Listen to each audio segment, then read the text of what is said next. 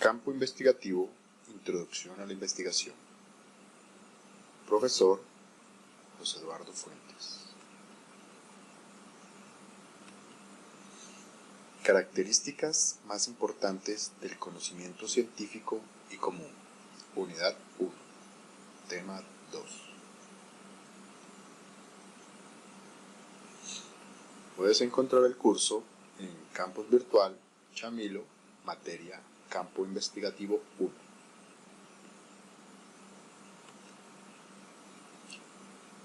Empezamos por definir qué es el conocimiento. El conocimiento es un conjunto de información almacenada mediante la experiencia o el aprendizaje. En la figura podemos ver a una persona que representa los distintos niveles o distintas experiencias en las cuales puede adquirir. Tenemos distintas informaciones, distintos conocimientos que se revelan mediante algunos distintos tipos de gráfico. Podemos ver un teléfono, el cual sirve para almacenar información a partir de información auditiva.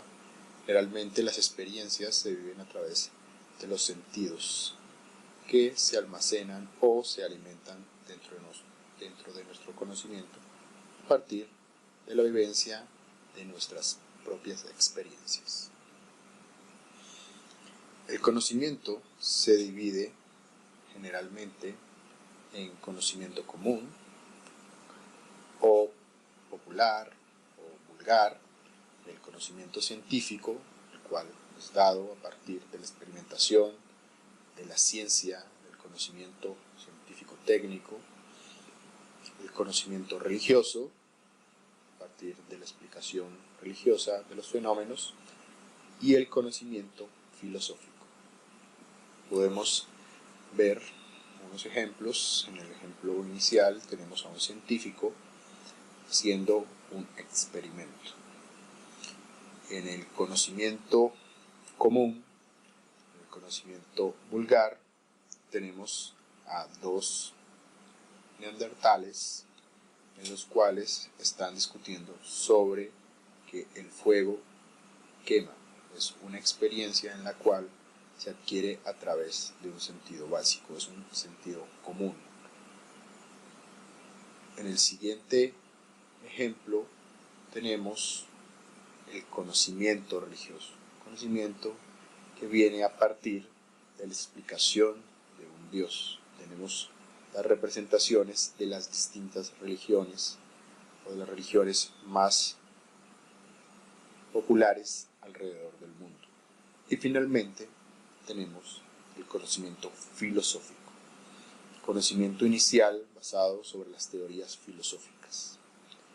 Viendo las clases anteriores, definíamos que los primeros tipos de conocimiento que se dieron en el mundo de una manera sistemática y un poco más organizada fueron los conocimientos filosóficos. Características del conocimiento común. Entre paréntesis, conocimiento popular o el conocimiento vulgar. El conocimiento común o popular a veces se llama, o también es denominado, el sentido común. No es muy diferente al conocimiento científico. Más adelante veremos específicamente las diferencias. Ni por la veracidad ni por la naturaleza del objeto conocido. Lo que diferencia a ambos conocimientos es la forma, el modo o el método que utiliza, los instrumentos que utiliza para conocer, para indagar, para recibir la información.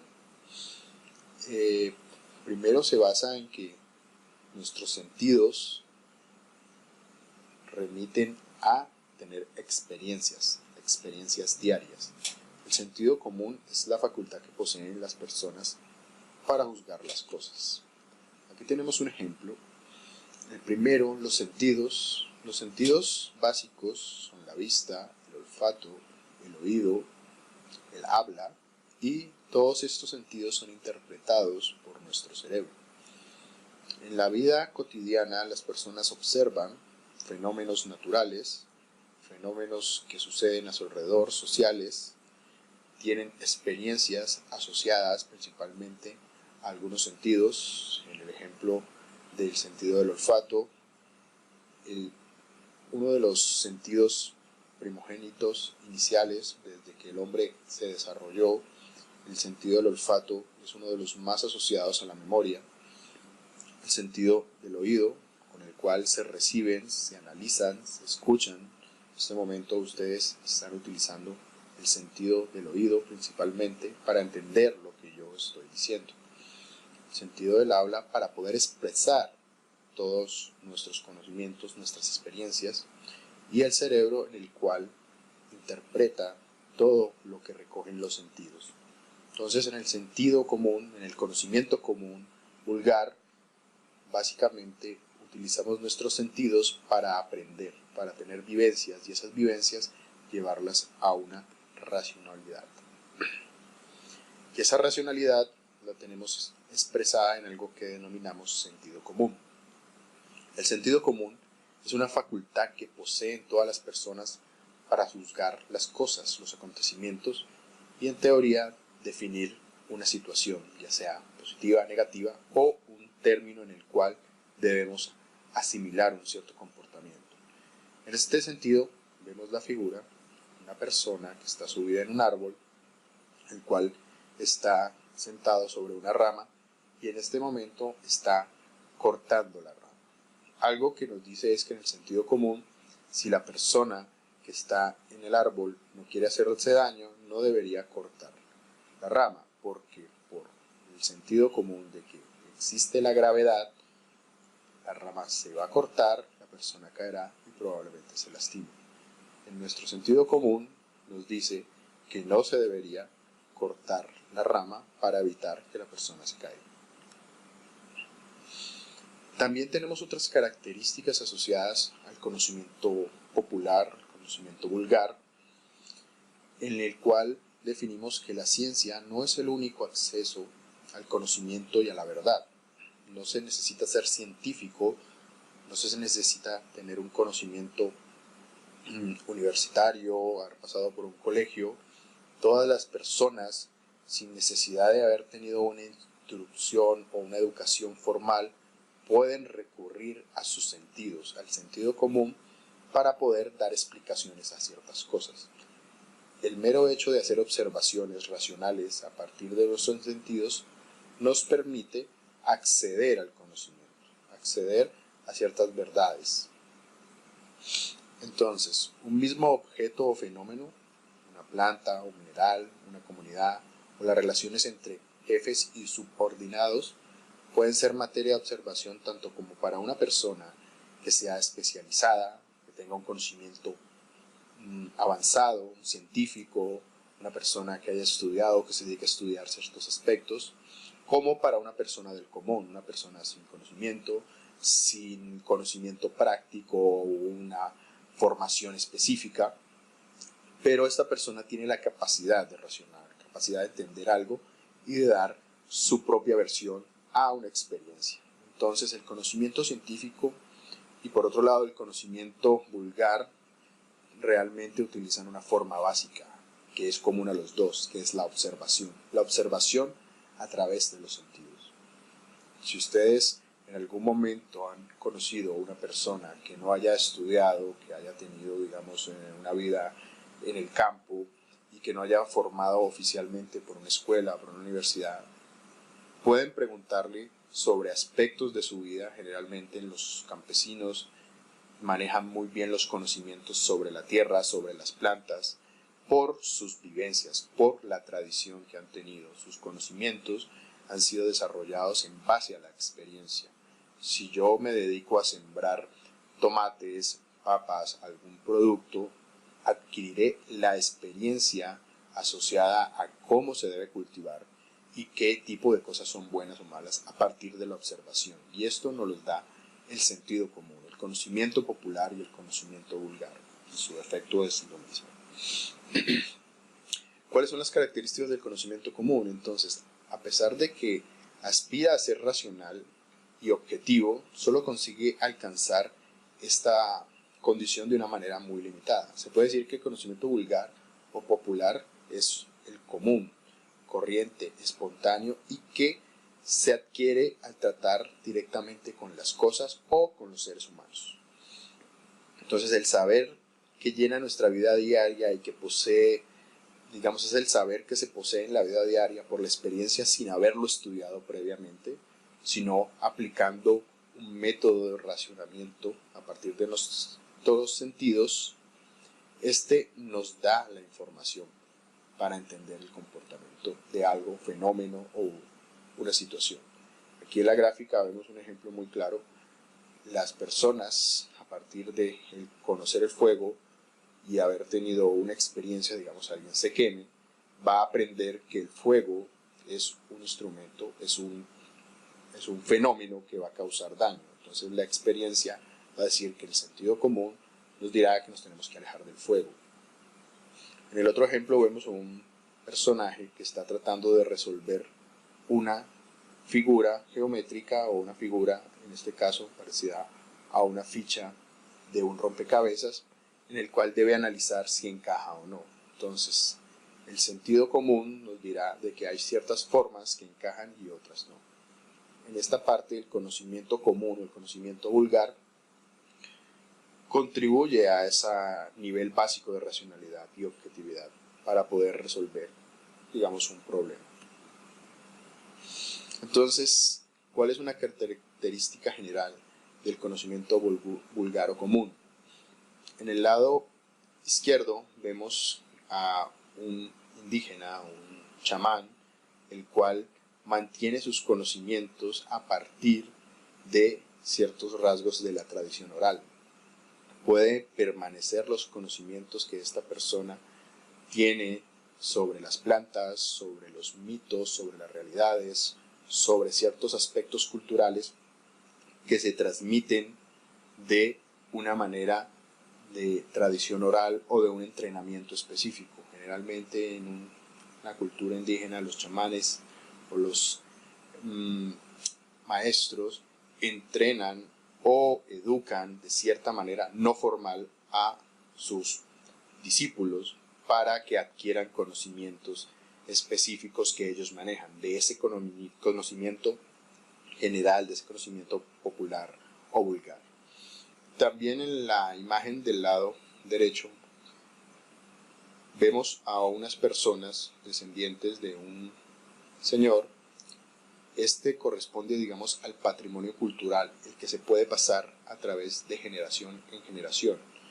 Cuando los seres humanos no manejan o no manejaron en algún principio, en algún momento de su historia, los escritos, el papel, la manera de comunicar la información, en muchas culturas actuales que no tienen registros escritos, digamos comunidades indígenas muy antiguas o comunidades originarias de algunos ciertos países o lugares que no tienen una escritura muy definida, su principal manera de transmitir el conocimiento es a través del conocimiento dado por tradición oral o por conocimiento de generación cultural, de generación en generación, de padres a hijos, de hijos a abuelos, se puede mantener cierto conocimiento, cierta ritualidad, cierta información se transmite de esta manera.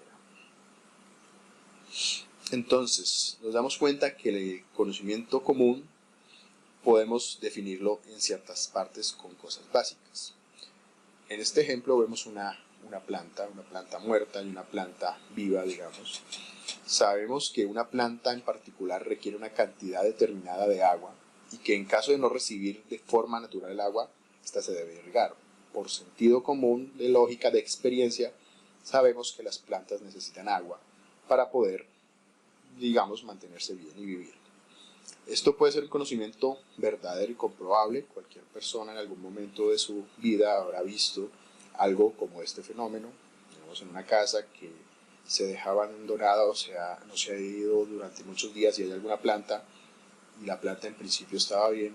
A los días que la persona regrese al hogar, encontrará que la planta puede estar muerta o muy seca.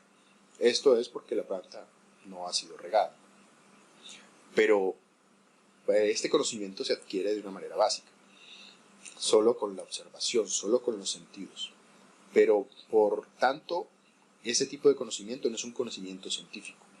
Para que este conocimiento vaya más allá y se vuelva un poco más especializado, debe conocerse, digamos, más a fondo la materia o el tema que estemos tratando. En el caso de las plantas, se debería conocer un poco más allá de cómo funcionan las plantas, en su composición, en su ciclo de desarrollo, las particularidades que distinguen una especie de otra. De esta forma se pueden manejar, digamos, dos aspectos. El conocimiento común puede manejar un conocimiento verdadero y en cierta manera comprobable, pero a unos niveles básicos. El conocimiento científico, como vemos en el lado derecho, tenemos una planta y esta planta tiene múltiples conceptos y conocimientos asociados, de los procesos de raíces, agua, dióxido de carbono, la energía solar, el oxígeno, el ciclo de cómo funciona una planta, el entendimiento real de cómo la planta puede alimentarse, cómo vive, cómo se reproduce, etcétera, etcétera. Este tipo de conocimientos más avanzados y especializados son los conocimientos científicos, mientras que los conocimientos básicos, comprobables, digamos, por la experiencia o por los sentidos a simple vista, pueden estar más dentro del conocimiento común. Un ejemplo que podemos ver fácilmente es el conocimiento de que el agua moja. El agua moja por una sencilla razón. Si vemos las nubes en un día soleado o en un día que haya muchas nubes, podemos analizar el comportamiento. Con la simple observación sabemos que si vemos una nube oscura y vemos que empieza a cambiar un poco el clima, a hacer un poco más de frío, probablemente vaya a llover. Esto nos remite a experiencias pasadas en las cuales la persona sabe por experiencia de que puede llover porque se dan ciertas características. Para una persona en conocimiento común le dirá que la lluvia se ve o viene en alguna manera porque las nubes tienen un cierto tipo de color o una formación un poco distinta. Este fenómeno de la lluvia, desde el punto de vista científico y desde el punto de vista de cómo se interpretan las nubes, lo puede ver una persona con conocimiento científico mucho más avanzada. Puede entender que las nubes son distintas, hay distintos tipos de nubes, en este caso podemos ver, para una persona, ver un cielo común y corriente, ve las nubes pero no entiende o no diferencia las distintas características. Para un científico él podrá definir que existen cúmulos, que existen cirros, que existen nimboestratos, altoestratos, que las formaciones en las cuales se dan las nubes de lluvia están entre los cumulonimbos, que están a ciertas alturas, que necesitan ciertas condiciones climáticas para poder generar la lluvia. Entonces, el sentido común, el sentido vulgar, llega hasta un cierto punto de conocimiento, mientras que el conocimiento científico trata de llegar al máximo nivel de conocimiento, dividiendo o segmentando las distintas componentes, las distintas partes que logran o que se relacionan para poder tener un sistema un poco más detallado y complejo. Entonces, las características del conocimiento común se pueden reducir o se pueden simplificar en las siguientes características. El conocimiento popular se caracteriza por ser predominantemente superficial. Esto es que se conforma con la apariencia, con lo que podemos comprobar a simple vista. Estando junto a las cosas, podemos analizarlas. Entonces se expresa generalmente en frases como porque yo lo vi, porque así lo sentí, porque me lo dijo alguien de confianza, porque todo el mundo lo dice. Entonces se basa en la afirmación superficial de que se refiere a una experiencia cercana o de alguien que puede dar un cierto grado de confianza. Es sensitivo, se refiere a las vivencias. Entonces el conocimiento común, al estar referido a las vivencias, depende también de ciertos estados emocionales, estados de ánimo. Si yo en un día soleado estoy viendo las nubes, puedo tener una referencia a una sensibilidad por algún problema que haya tenido o no. Si estoy triste, si estoy feliz, este tipo de cosas me pueden dar una interpretación de lo que estoy sintiendo, lo que yo puedo dar de experiencia o interpretación sobre algo que estoy tratando de explicar.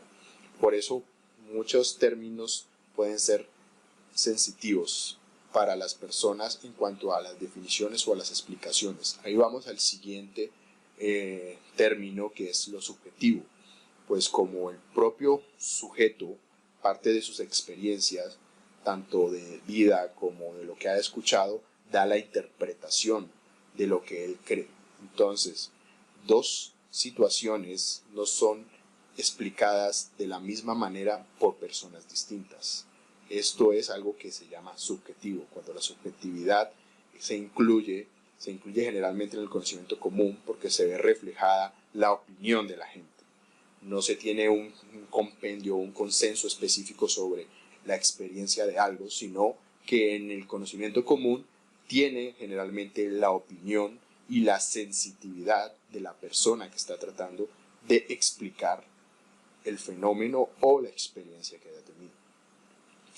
Es asistemático, pues esta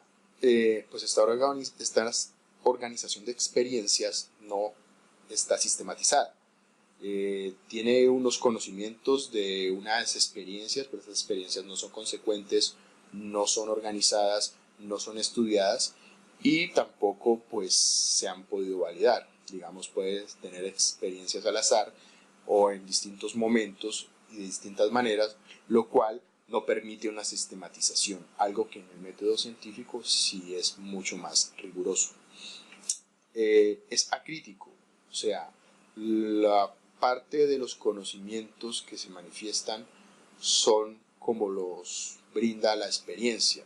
No hay otro punto de vista en el cual se critique o se debata o se llegue a distintas conclusiones.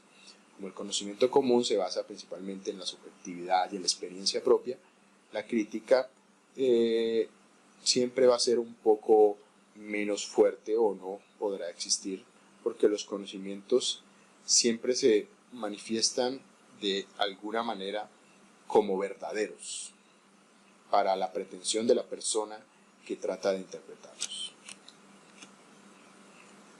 En cuanto a las características de este conocimiento, entonces tenemos que es superficial, se deja llevar por la apariencia, es fenomenológico, o sea, responde a los fenómenos, no posee un lenguaje propio, no tiene un lenguaje específico. En el caso del lenguaje científico, el común no maneja jergas específicas, no maneja dialectos, términos científicos en los cuales un científico entiende a otro. Un ejemplo sería la medicina. Los médicos, cuando diagnostican o encuentran la evidencia de una enfermedad o algún cierto síntoma de algo, manejan terminología científica médica que otro médico va a entender, pero por sí de en común, la gente del común, si no tiene el conocimiento médico, no va a poder comprender qué es lo que se está hablando. Esto es algo que no posee el lenguaje del conocimiento común, no posee un lenguaje propio. No está sujeto a la comprobación, es decir, que está marcado directamente a la opinión de las personas. Volvemos al mismo punto de que la experiencia es dada sobre el conocimiento básico de la persona. Adolece de continuidad en el tiempo, lo que para los griegos era ciencia, para los hombres de la actualidad no lo es. Partimos de que en la parte de historia que vimos anteriormente, los griegos definían que la ciencia en esa época era una especie de filosofía. Era la filosofía que incluía múltiples cosas, se mezclaban múltiples ciencias, los maestros manejaban múltiples ciencias, múltiples disciplinas. Entonces, en esa época, la ciencia era la filosofía. Actualmente, la filosofía está relegada a otros términos más de pensamiento que la ciencia. La ciencia tiene métodos, tiene comprobación. También está sujeto a la subjetividad. Entonces, veíamos anteriormente que en el conocimiento común, la subjetividad, las emociones, los sentimientos son un componente muy grande dentro de esta opinión del conocimiento. Y el conocimiento tiene distintas acepciones, como de que es, digamos, los términos en los que se maneja espontáneo, vulgar, empírico o cotidiano. ahora sí vamos a ver las características del conocimiento común, del conocimiento científico. El conocimiento científico es preciso. Para cualquier sujeto, persona, análisis, trata de buscar la respuesta más precisa y válida. ¿Por qué? Porque puede comprobar la validez de las teorías en aspectos lógicos y verificables, ya que las tareas no se detienen y prosiguen las investigaciones con el fin de comprender la realidad. Tenemos en la imagen un ejemplo de Isaac Newton. Todos recordamos que Isaac Newton es una de las personas que define la gravedad. La gravedad era esa fuerza invisible que existía en el universo y que atraía las cosas, y hasta que Newton no se sienta debajo de un árbol de manzanas, de un manzano, y le cae la manzana en la cabeza, no logra deducir por qué razón. Entonces vemos que el conocimiento científico es preciso, es lógico y verificable, porque la gravedad se puede verificar en muchos lugares, en muchos momentos. Una manera sencilla de hacer la verificación de la gravedad es con un peso, con una pesa. La pesa nos indicará el poder que la gravedad ejerce sobre un cuerpo y nos dará esa relación matemática o esa relación numérica del peso. Esa es una demostración sencilla, lógica, rápidamente verificable y válida en muchos aspectos para comprobar la gravedad.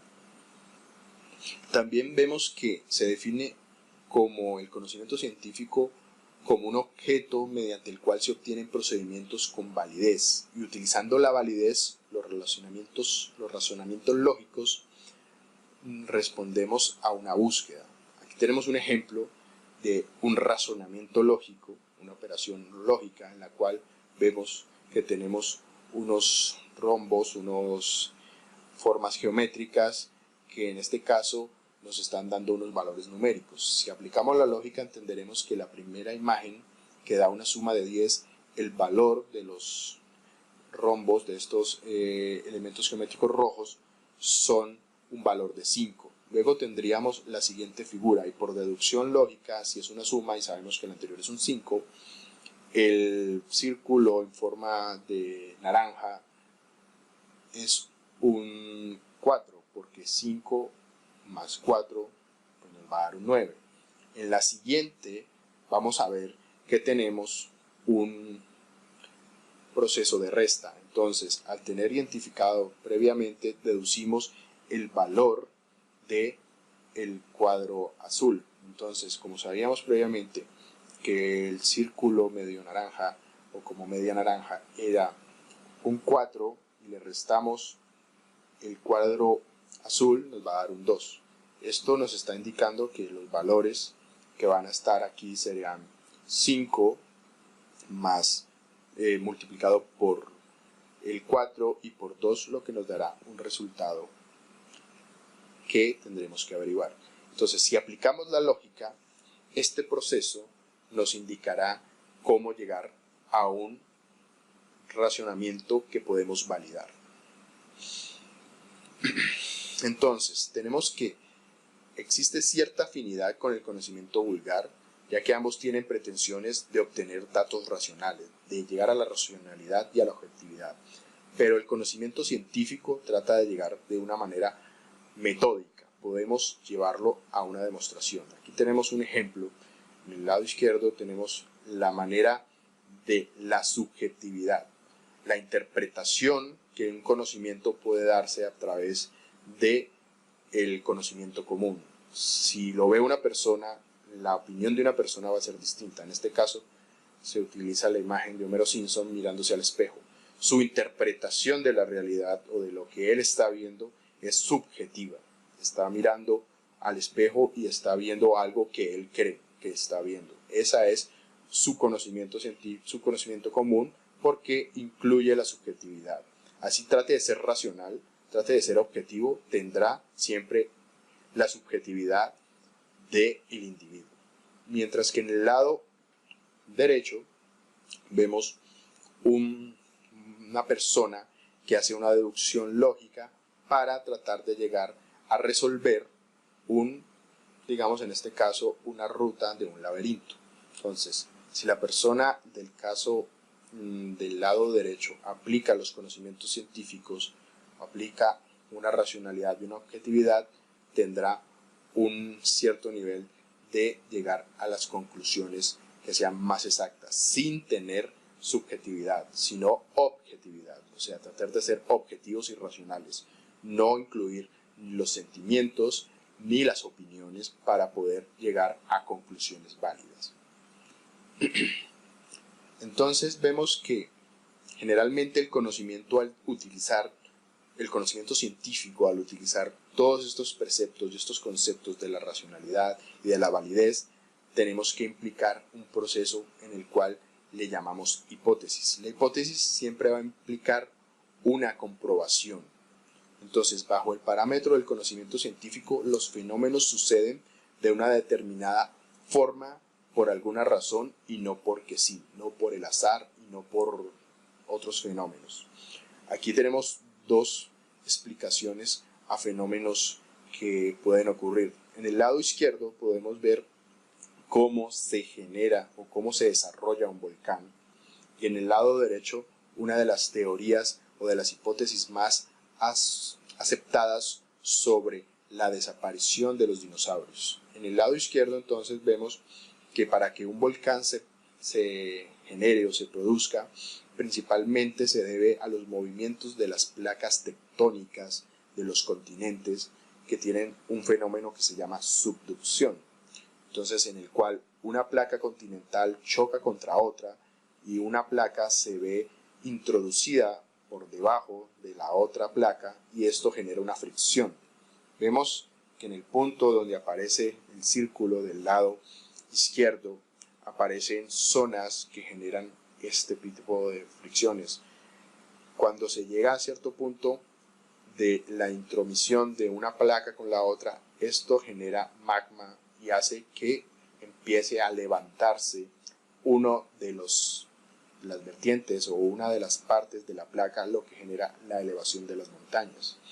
En este proceso de elevación también se generan procesos de ruptura del magma y el magma aflora hacia la superficie. Caso que vemos aquí en Colombia, las cordilleras, generalmente la cordillera central, una de las que más condiciones de volcanes tiene, se deben a este fenómeno. Entonces, la hipótesis, si se comprueba, en principio no se entendía cómo funcionaba, cómo se han desarrollado los volcanes, cómo se han levantado las montañas. Luego de muchos años de distintas hipótesis, se llegó a conocer cómo funciona y qué es lo que está pasando, por qué razón y cómo se generan los volcanes. Y esta es una explicación genérica o rápida de cómo se generan las montañas y principalmente los volcanes. En el lado derecho tenemos otra de las posibles explicaciones y una de las hipótesis más acertadas o más aceptadas sobre la desaparición de los dinosaurios. En principio, hace muchos años se había teorizado, se había hecho una hipótesis sobre cómo los dinosaurios habían desaparecido de la faz de la Tierra. Principalmente se creyó que había sido desaparición por un proceso que había causado un cataclismo a nivel global, y ese cataclismo era un asteroide, pero hasta hace unos años no se entendía dónde o cómo había caído el asteroide. En los siguientes procesos, después de la hipótesis, en la búsqueda así de los científicos, por azares de las investigaciones científicas, en la península de Yucatán, entre México y Guatemala, se encontró los rastros de un cráter que había dejado el choque de uno de los meteoritos más grandes que ha golpeado la Tierra. La hipótesis en cierta manera se ha comprobado, se ha evidenciado que sí hubo un accidente, hubo un choque de un asteroide, y este probablemente fue el que causó la desaparición de los dinosaurios.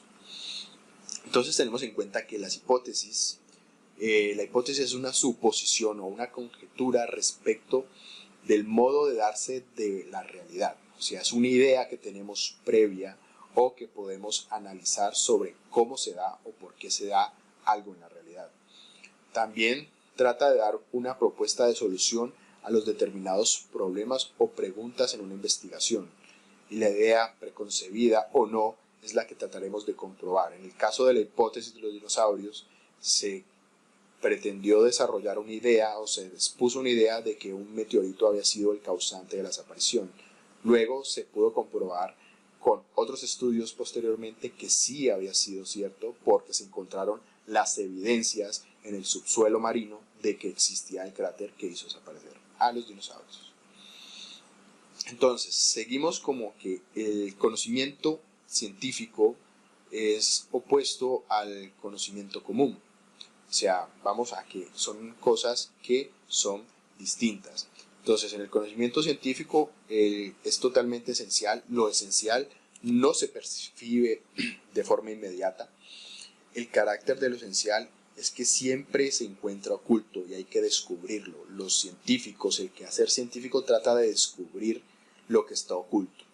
La tarea del conocimiento es descubrir eso que está oculto, para llegar a definir las causas y en ciertos momentos pasar a definir y conocer leyes o definir teorías.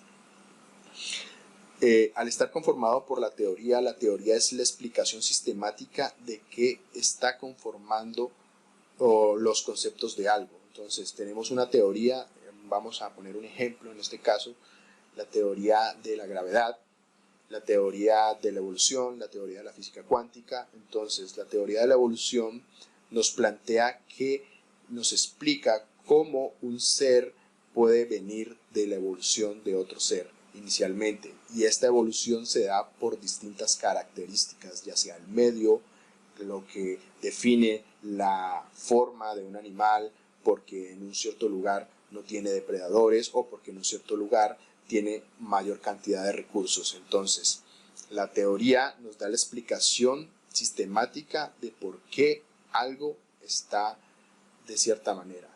Esto ya nos puede llevar a distintos niveles. Entonces podemos llegar a tener una hipótesis, luego de la hipótesis una teoría. De esa teoría podemos llegar a distintas categorías, y un ejemplo podría ser llegar a la ley.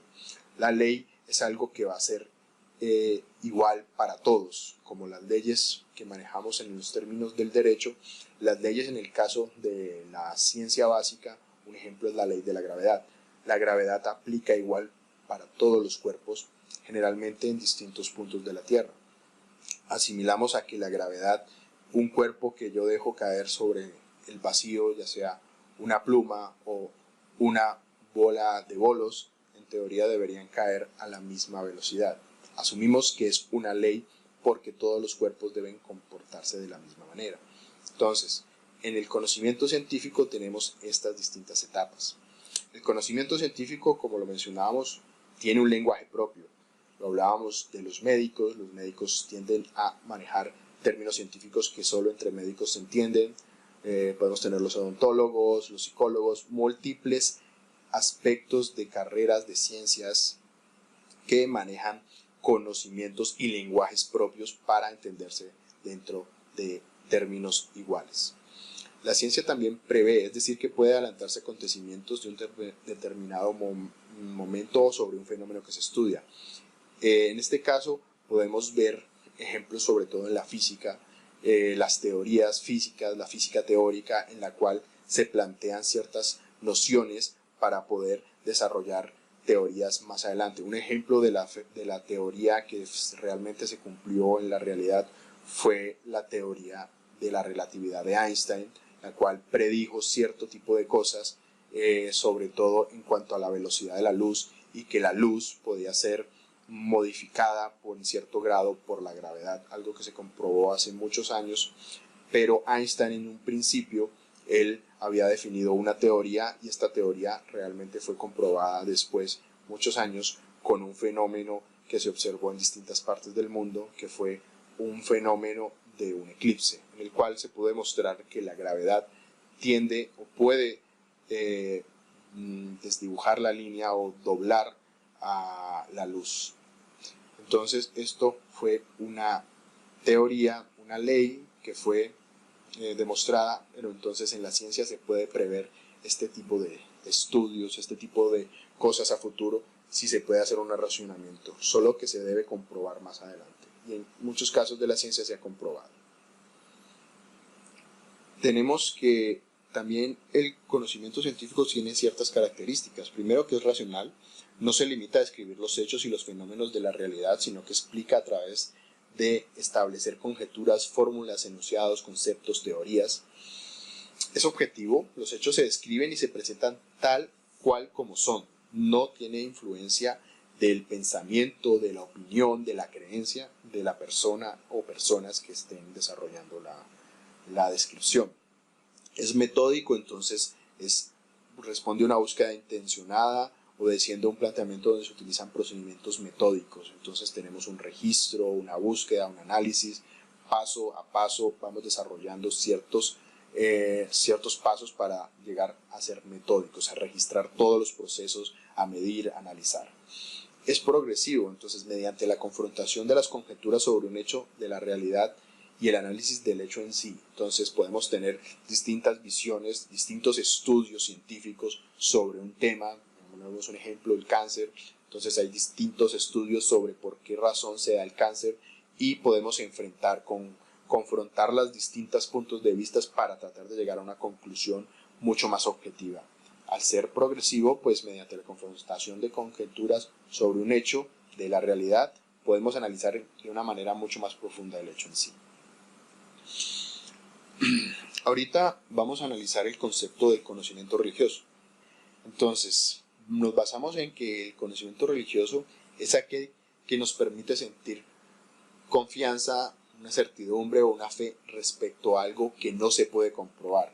Aquí tenemos dos casos muy reconocidos dentro de la Biblia y de otras religiones, como en el caso del judaísmo, en el cual tenemos la teoría de que Noé creó un arca en la cual incluyó a todos los animales de las distintas especies y sobrevivió al diluvio universal. Según la teoría religiosa, pues esto es cierto y no hay manera de cuestionarlo. Tenemos otro ejemplo de Moisés cuando divide las aguas y asume de que el poder que él mantuvo sin una explicación científica se dividió el mar en dos. Entonces, esto es algo que nos permite ver que en el conocimiento religioso se afirma que ha sucedido algo, que se puede afirmar que puede suceder algo, pero no hay manera directa de comprobarlo. Solo se mantiene la fe o la creencia en el que un ser superior fue el responsable y la causa de todo. Dentro de las características del conocimiento religioso también tenemos que se basa en que es un tipo de creencia que no se puede mostrar de una forma real, pero permite llevar a cabo ciertas acciones. Un ejemplo aquí tenemos un producto que se vende que se llama agua bendita del río Jordán, en el cual se afirma que es agua que viene del río Jordán, que es agua beneficiosa porque tiene la protección del Espíritu Santo.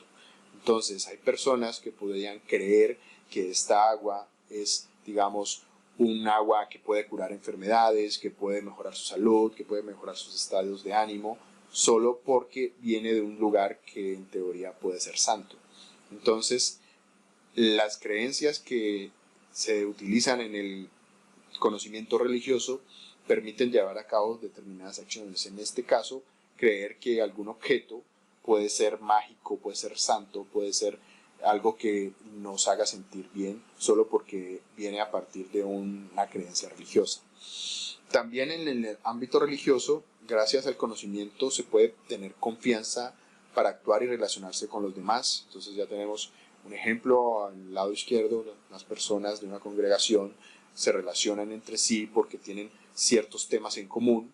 También vemos una misa en la cual las personas se relacionan en unos actos religiosos, en unas creencias mismas y en unos preceptos que todos manejan sobre un mismo hecho, que en este caso los congrega, que es la religión.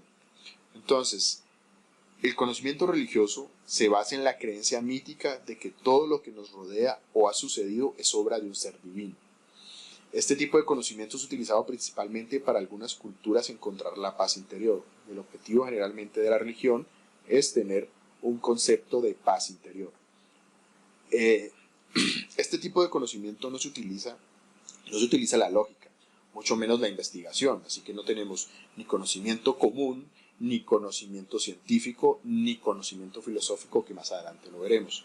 Al no tener comprobación y no tener una manera lógica de explicar, respetando todas las religiones, como lo hacemos ver aquí, o sea, no se está atacando las religiones, sino que la manera de entender es que no se utilizan métodos de comprobación para las teorías, sobre todo el ejemplo de la creación y otro tipo de teorías que manejan casi todas las religiones, sino que esta creó su experiencia, o sea, esta se creó debido a que el hombre siempre ha buscado encontrar la respuesta a todas las preguntas, y cuando un hombre, generalmente en los principios de los tiempos, los hombres no tenían explicaciones para los fenómenos que no comprendían, lo atribuían a Dios. Entonces Dios mandó una inundación, Dios mandó un castigo, Dios hizo que hubiera una hambruna. Entonces las explicaciones de por qué no se entendían, digamos, en este momento podremos entender que las inundaciones que ocasionan el fenómeno del Niño se dan por cambios climáticos, que las sequías también se dan por ciertos cambios climáticos y afectaciones en el clima.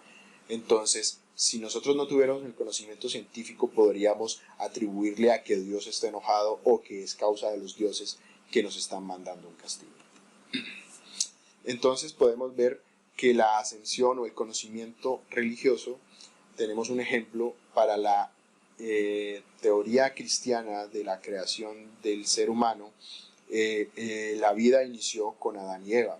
Para el término científico es el proceso de la evolución de Darwin. En cuanto a el término científico y el término religioso, ¿quién era Jesús? Religiosamente, Jesucristo es un ser que fue enviado por el Espíritu Santo a la tierra. En cuanto a la filosofía y en cuanto a la parte científica, filosóficamente fue un ser humano que fue humilde y sabio y un maestro, y para el punto de vista científico, pues es una persona que existió en un momento de la tierra y fue muy importante por ciertos actos que tuvo. Bueno, entonces, dentro del término de la religión, podemos ver que la Tierra o el universo fue creado en 7 días. Básicamente, en este concepto se cree todo lo que la Biblia dice, que el universo fue creado en 7 días.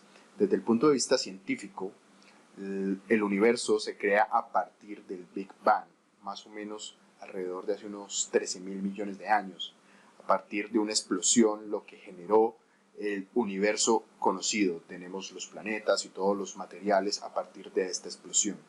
Entonces, básicamente en el término científico da una explicación el por qué se desarrolla algo desde el punto de vista metódico, científico, comprobable, verificable, mientras que desde el punto de vista religioso tenemos una creencia de que un ser supremo lo creó sin cuestionarnos por qué y cómo.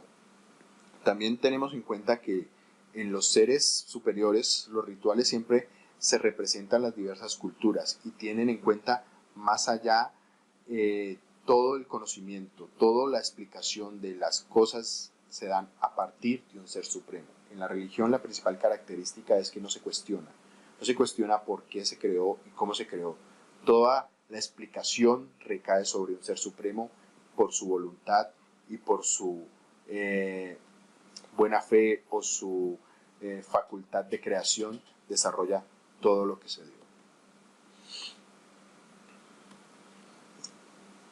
Tenemos también las características del conocimiento filosófico. Entonces, como hayamos visto previamente, los filósofos fueron los primeros pensadores, los primeros que se cuestionaron las situaciones, el porqué de las cosas, el porqué de ciertos aspectos. Entonces, los filósofos, cuando realizan investigaciones para producir conocimientos, no utilizan ningún instrumento de medición, en diferencia con la ciencia. La ciencia utiliza métodos, utiliza sistemas, utiliza reglas, utiliza instrumentos, mientras que los filosóficos o los métodos filosóficos no. El instrumento que utiliza generalmente es la observación, analiza el entorno y hace básicamente un razonamiento sin utilizar instrumentos directamente. Entonces el trabajo de un filósofo trata de entender racionalmente cómo funcionan las cosas, ya que cuando se generan las ideas lo hace después de haber analizado y haber hecho una crítica, no solo de su pensamiento, sino también de, digamos, en el caso de los filósofos toman o retoman los pensamientos de otros filósofos previos para poder dar explicación. Sabemos que muchos filósofos, en los términos de las materias generales que conformaban la creación del todo, manejaban los elementos. Entonces, algún elemento inicial puede ser el agua, luego el fuego, algunos utilizaban fuego y la tierra. Entonces, se basaban en los distintos conocimientos de otros filósofos para dar cierta complementariedad a sus teorías o sus teorías filosóficas nuevas. Vemos que entonces el conocimiento filosófico es un conocimiento que se obtiene de los documentos escritos previamente de otros filósofos en los cuales pueden basarse en sus nuevos conocimientos o sus nuevas teorías. Pero esto no quiere decir que el filósofo se dedique únicamente a recopilar datos escritos, sino que éste los analizaba. Entonces aquí tenemos, en cierta manera, algo que corresponde a la ciencia, o sea, tenemos una manera de documentar, de sistematizar en cierta manera algo y trata de corroborar en la práctica el conocimiento, la práctica humana de lo que se ha hecho hasta cierto punto. Los filósofos retomaban datos generalmente descritos. En la parte científica se toman no solo datos escritos, no solo se refiere a otros autores, a otras personas, sino que se trata de comprobar y analizar los resultados. Entonces tenemos que el conocimiento filosófico mantiene, digamos, dos herramientas, dos armas que tiene el filósofo para ejercer y producir conocimientos son el análisis y la crítica. Básicamente se analiza y se critica, no utilizan métodos, no utilizan una sistematización como tal para llegar a un razonamiento. Entonces, mediante un buen análisis podemos darnos cuenta de cómo se ha ido desarrollando los razonamientos. Entonces, esto nos permite detectar fallas y contradicciones en nuestras explicaciones. Principalmente en el método filosófico se trata de identificar en qué momento de la teoría, digamos, de un filósofo a otro filósofo, habían cosas que no eran correspondientes, que no cuadraban, y se buscaba entre el análisis y la crítica. Mediante la crítica se refutan dichas fallas y contradicciones y se propone un nuevo, digamos, un sistema para superarlas. Por la crítica, el filósofo busca conocer las concepciones imperantes en determinada sociedad, siendo una de las diferencias principales en el método contra el método científico la manera en que la filosofía abarca los fenómenos. La filosofía básicamente utiliza el análisis y la crítica para llegar a deducciones. Entonces, tenemos que el conocimiento filosófico racional usa conceptos de categorías, principios lógicos en la explicación de un objeto de estudio. Sus conocimientos se basan principalmente a través de la lógica. Es analítico, distingue, separa las partes de un todo en teorías, categorías y conceptos científicos o filosóficos, digamos un poco más enfocados hacia la parte filosófica. Es crítico, emite juicios de valor sobre una concepción filosófica imperante en la realidad y su finalidad es detectar o determinar las contradicciones en su formulación. Otra vez vamos a que la principal herramienta es el análisis y la crítica, que son las herramientas que utiliza el método filosófico o el conocimiento filosófico. Es totalizador, tener un saber o conocimiento de los fundamentos de toda una ciencia o una disciplina. Entonces trata de resumir todos los conocimientos en un solo compendio. Es histórico, su problemática está determinada por las condiciones histórico-sociales. Ya nos dimos cuenta en cierta manera que en la época antigua la filosofía como tal, los filósofos, Sócrates y todos los grandes filósofos asumían que la ciencia era lo que ellos hacían, sus teorías que no eran, digamos, directamente comprobadas, sino partiendo de ciertos análisis lógicos, de cierto análisis racional, o utilizando la lógica y la crítica, o la razón, o el análisis y la crítica, como lo veíamos anteriormente, nos sirve para dar la explicación. También es sistemático. Digamos que en la filosofía, en la parte del conocimiento filosófico, fueron los primeros que se utilizó un sistema sistemático. Se registró, se analizó, se dio ejemplo de los conocimientos, se dejaron escritos. Entonces, esto se retoma en la ciencia actual, en el método científico, en el conocimiento científico, porque la sistemática que utilizaron los filósofos fue una gran herramienta para poder ordenar los principios en categorías, en conceptos que sustentan teorías y argumentaciones para que sean coherentes. Entonces, el método de conocimiento filosófico es sistemático utilizando este tipo de conocimientos que también se utilizan en el conocimiento científico. Gracias por su atención.